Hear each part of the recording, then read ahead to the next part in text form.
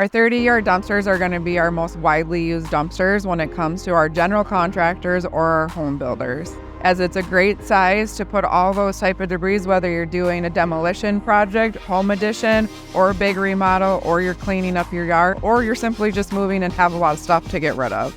The 30 yards are still going to be 8 feet in width, still about 20 feet in length, and about 6 feet tall as far as volume goes. The 30-yard dumpster is going to be equivalent to about 9 truckloads worth of debris, or anywhere from 170 to 190 33-gallon trash bags.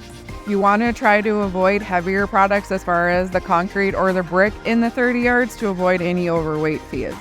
Still unsure of what dumpster size to choose for your project? Give customer service a call and we'll be happy to assist you in selecting your dumpster.